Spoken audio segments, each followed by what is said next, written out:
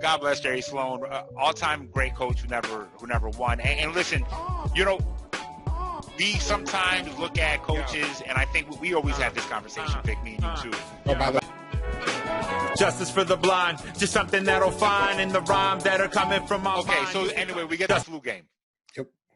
Which is, man, man, it really watching the, it's not like I haven't seen the game, and I've seen it, right?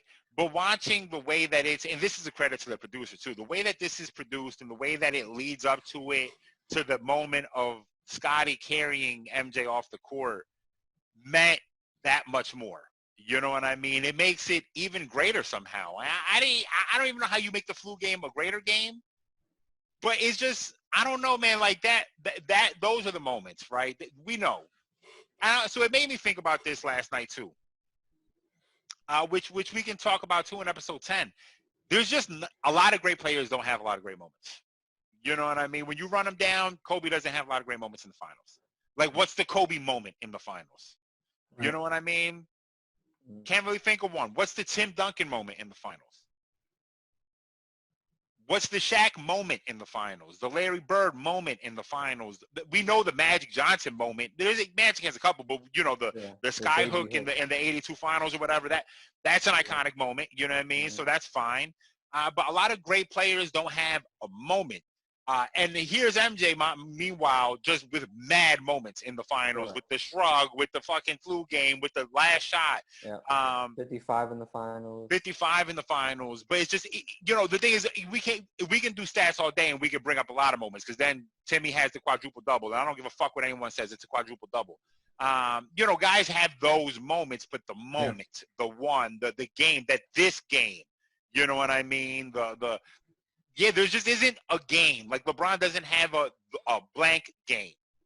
You know what I mean? Like, there's the flu game. There's Clay has the Klay Thompson game in Game 6 of the Western Conference Finals against OKC, right? But there's no game like that for any of the other greats. I think LeBron has the block is his signature. And I want to save that because that's his signature, and I want to save that for episode 10. So let's leave that off for 1 second. Leave that off for a second. It's a good moment to bring up. That is his moment for sure. Mm-hmm. But it just made me think about that. Like, who the fuck has moments like this? My man goes against the MVP with the fucking is shitting his pants probably. IV track marks in his arm. That's what he's out here like a dope fiend. I was like, that dude's draws must have been horrendous. And what he scored, 38? Yeah, 38. Yeah. He's out there like a dope fiend. He put 38 on the Utah Jazz, the best team in the West at the time.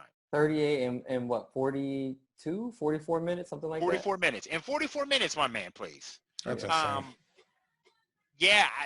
Man, really, episode 9 and 10 is really like, to me, episode 9 and 10 are the just spoon serving us shit that we love. You know what I mean? The things that we know are great about him. You know what I mean? Yeah, it's when, so I've watched that game, the flu game, I don't know, 6 or 7 times. And every time you see him after he hits that 3, like after Scotty gets the ball in the post, he tosses back out to him because they double Scotty, and he hits that 3, and they're walking back to the bench, and like Scotty puts his arm around them, and for the first time the entire game, you can see Michael being like, fuck, all right, I can let up. Yeah. Because he puts both arms around Scotty, and his body starts to go limp. Yep. No, it's such an iconic moment, but also such a fucking mistake. I saw Coach Nick try to defend this on Twitter, saying that, I remember Scotty was like abusing Hornacek in the post, and it's like, okay, that's fine. So you leave the greatest player of all time wide open? That made sense to the defenders on the Utah Jazz. Let's leave the best player ever open, who at this point has tied the record for 3.5, or actually owns the record for 3.5, I guess, against the Trailblazers. Let's leave him wide open real quick at the 3. You know what I mean? Even though he's baked us now for 40 minutes, 45 minutes of this fucking game. Just a terrible mistake. But again, when you're great, the outlier, as we spoke about Mad episodes ago, the outlier, when you're great, the right moment, right time, but the preparation, preparation is what allows you to take advantage of the right moment, right time situation, and boom, right moment, right time, The preparation, presence, the focus. the focus. Just MJ's the fucking greatest. I don't Yeah. care. Yeah, you got to send help from the weak side. You can't send it from the strong Don't side. leave Michael, no matter what. You got to send it from the weak side. If I was Jerry, I would have ran on the court. Jerry Sloan, if I'm Jerry Sloan, I'd run on the court. What are you doing? Well, that's the thing is, and I'm not a guy who bashes coaches at all. Yeah. Because I know firsthand how like difficult it can be, especially in the moment when you have so much responsibility as a head coach to like have like these really detailed adjustments in the moment. But like Jesus Christ, man, like it's not game one. Yeah. You got to if Scotty's back, it's to the whole other side of the court. He has the back to it. Mm-hmm. Like for him to have to turn around and make a skip pass, you can recover. Yeah. You can't help off the strong side in that moment. You can't. Yeah, like what were you worried about? Luke Longley? Were you worried about Luke Longley doing something?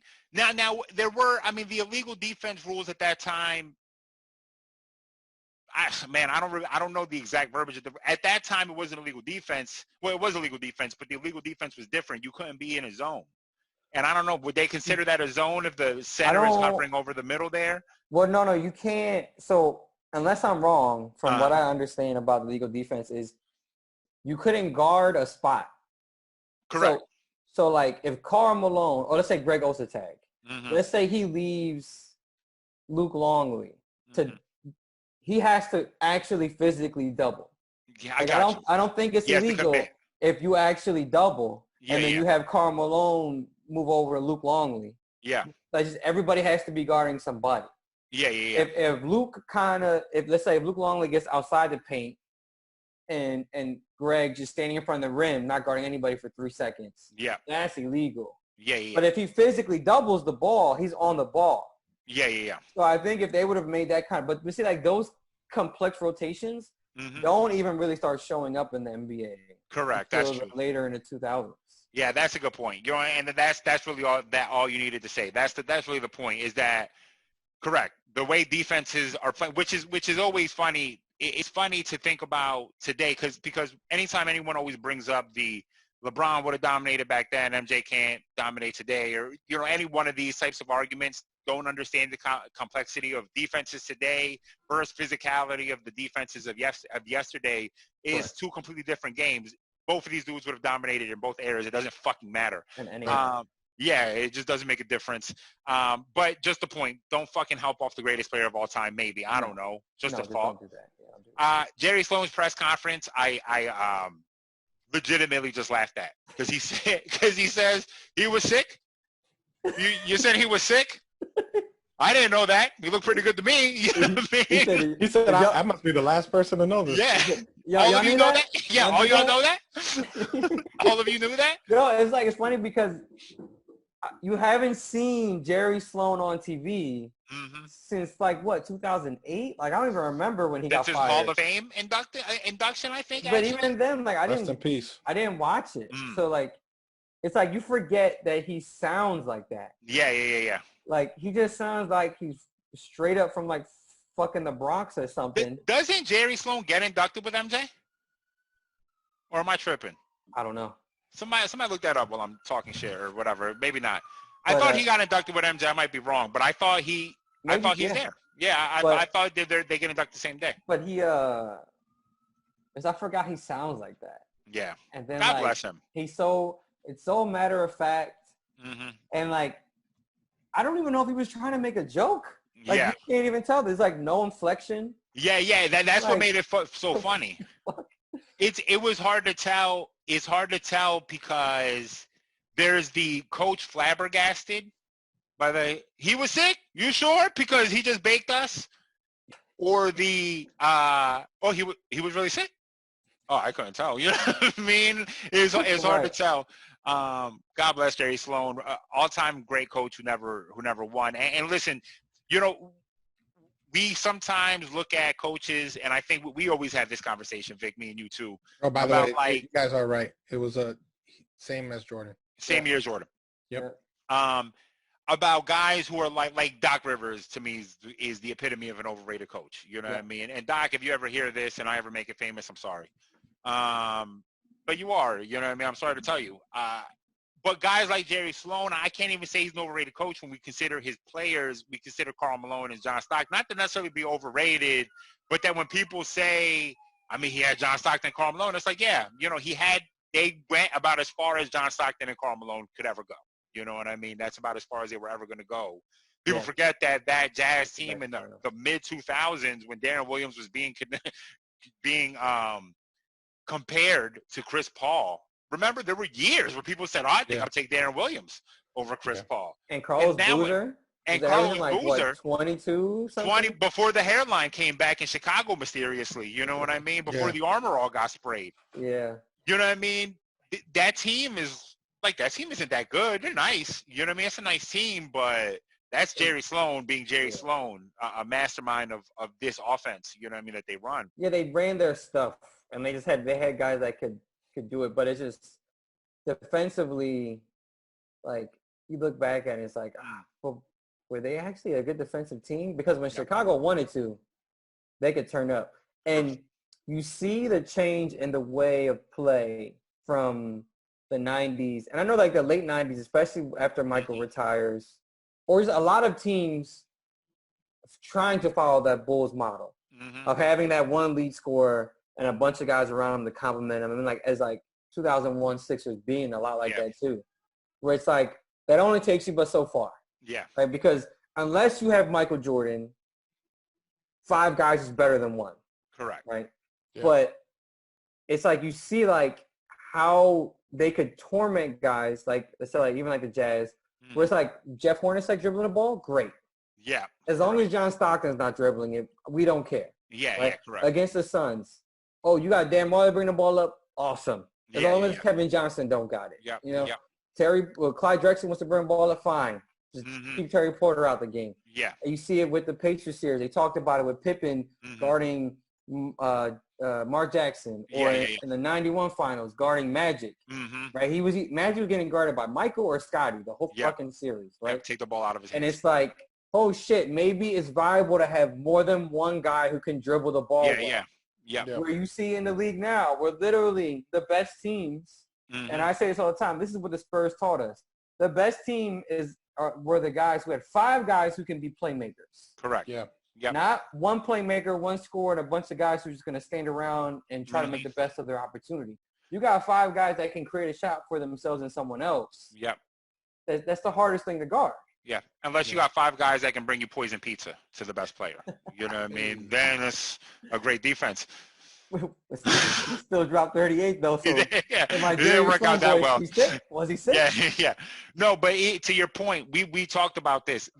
The assist as an unselfish stat it hasn't completely disappeared yet. You know what I mean? People look at Russ and say he's selfish, but don't understand that the assist stat is selfish. You know what I mean? That is a selfish stat. And it said just because you passed the ball that led to the point doesn't mean that you ran a good offense. It means that you held the ball until you were the one who administered the pass for the point. And the Spurs normalized that, and then the Warriors took it to another level. Correct. Let's get 5 guys that can all handle the ball at different times, that can all play make and can all score. Clay to a lesser extent than Draymond and Andre and Steph, obviously, but that is the best way. And not only that, but the idea that was presented in the 90s and existed in the 90s, early 2000s was, well, if we have 1 great scorer and 4 great defenders, we're fine. But today, that would never happen. Today, it would be 1 great scorer, 4 great shooters. You know what I mean? Shooters, passers. Fuck if they can defend. Let's run an offense. And in reality, the way that the Bulls would have swept the Jazz is saying, all right, let's put Robin at the 5, Tony at the 4.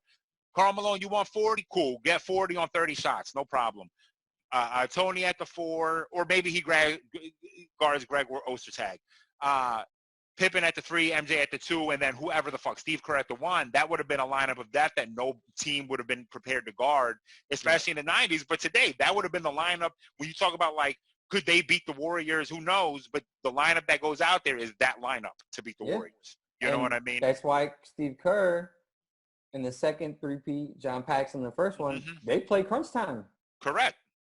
They're playing crunch time. You need someone to spread the floor. You know what I mean? And one thing I do want to say, and I meant to bring this up earlier, actually, I'm sorry. The Reggie Miller thing in that shot, Reggie, that game, you see the way you beat good defense in the NBA, the way you beat a good defender is all off-ball movement. This is what makes Steph Curry great, right? Is that I'm not going to try to dribble past you. I'm going to beat you every other place of the court when I don't have the ball.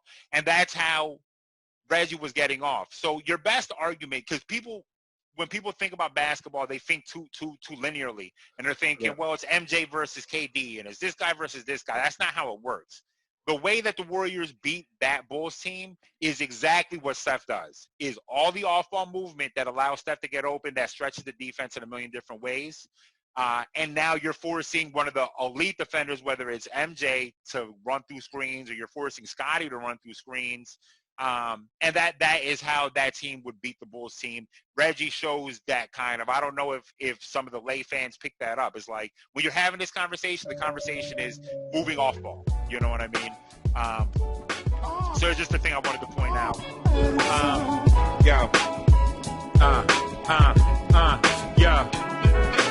Justice for the blind, just something that'll find in the rhyme that are coming from my mind. Used to come in